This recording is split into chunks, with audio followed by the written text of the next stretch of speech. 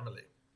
So today I'm going to be answering a question that was sent in. I'm going to start doing these a bit more regularly. There's a couple of questions backed up. So if you've sent your question, I will be getting to it very, very soon. Today's question sent in by Maria Papano, and it's a really good one that most people don't ask. And she says here, "Greetings, Sholto. I was reading John 12, verse 20 to 26. I've wondered about Jesus' response before, but was looking for a clear explanation of why he responds in the way he does." So let's dive into that and see exactly what Maria is talking about here. John 12, verse 20 to 26, reading from the New King James Version, says the following. "Now there were certain Greeks among those who came up to worship at the feast. Then they came to Philip, who was from Bethsaida of Galilee, and asked him, saying, 'Sir, we wish to see Jesus.' Philip came and told Andrew, and in turn, Andrew and Philip came and they told Jesus. But Jesus answered them, saying, 'The hour has come that the Son of Man should be glorified. Most assuredly, I say to you, unless a grain of wheat falls into the ground and dies, it remains alone. But if it dies, it produces much grain. He who loves his life will lose it, and he who hates his life in this world will keep it for eternal life. If anyone serves me, let him follow me, and where I am, there my servant will be also. If anyone serves me, him my Father will honor.'" So, really interesting piece of scripture right there. The Greeks have come up among those coming to the feast to worship. So they are coming to worship. They're among them. They come to Philip and say, "We want to see Jesus." Philip and Andrew come and tell Jesus, "Jesus, the Greeks are here and they want to see you." And his answer is to say that his hour has come and about the crucifixion.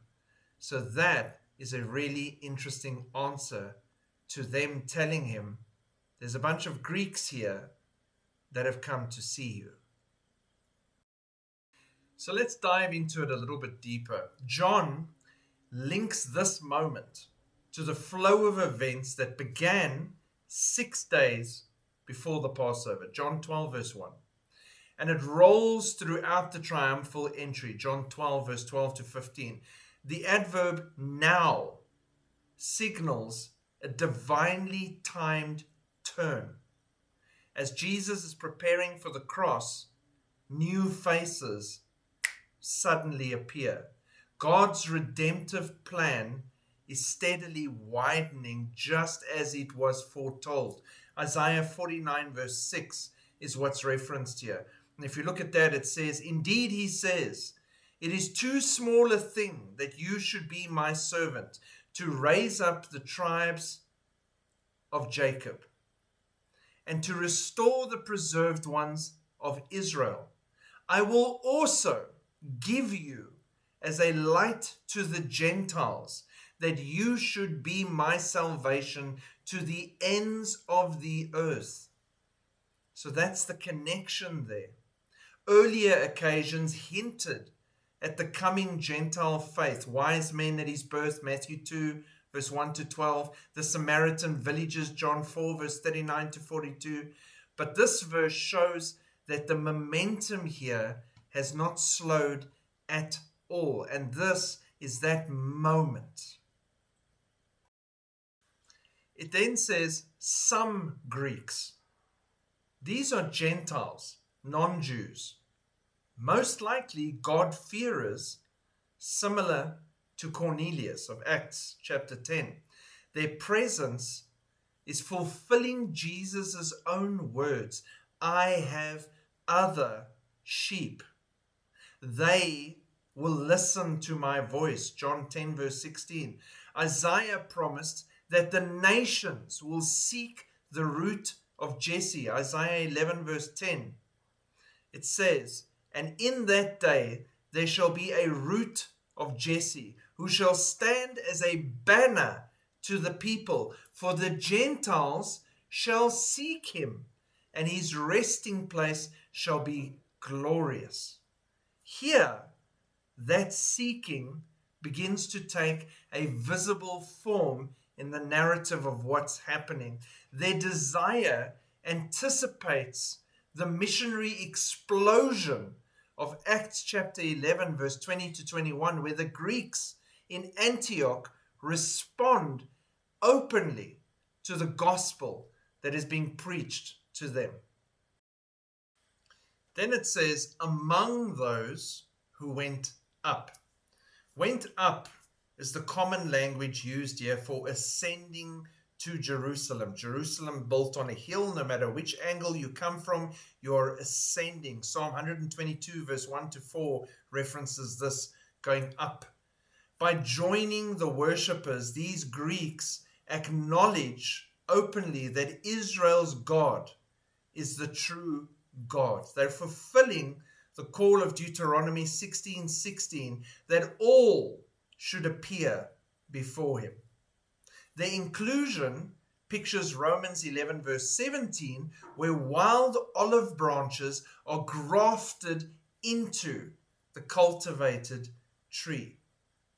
The scripture then goes on to say, to worship at the feast. The feast they're referencing here is Passover, John 11:55, and it points to the Lamb of God who takes away the sin of the world, John 1:29. These Greeks don't come as tourists, but they come as worshippers. Their hearts echo the centurion's confession at the cross in Mark 15:39. They want to see Jesus. They're coming in worship. Their arrival just before Jesus' sacrifice underscores 1 Corinthians 5 verse 7. Christ, our Passover lamb, has been sacrificed. The nations are already gathering around the Lamb of God.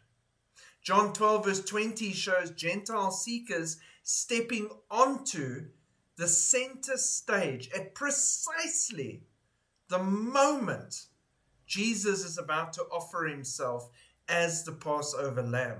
Their appearance, again, fulfills all the prophetic promises. It signals the widening reach of the gospel, and it previews the worldwide church that we see today that will soon there begin to take shape. Them stepping into the scene and wanting to see Jesus lets him say, this is it, now is that moment. Here it begins. So I hope that helps. I hope that makes the passage make more sense and puts it into perspective for you from Old Testament prophecy to fulfillment and how it played out in the New Testament all the way through to us today. Keep sending your questions in and we will tackle them one by one. Shalom.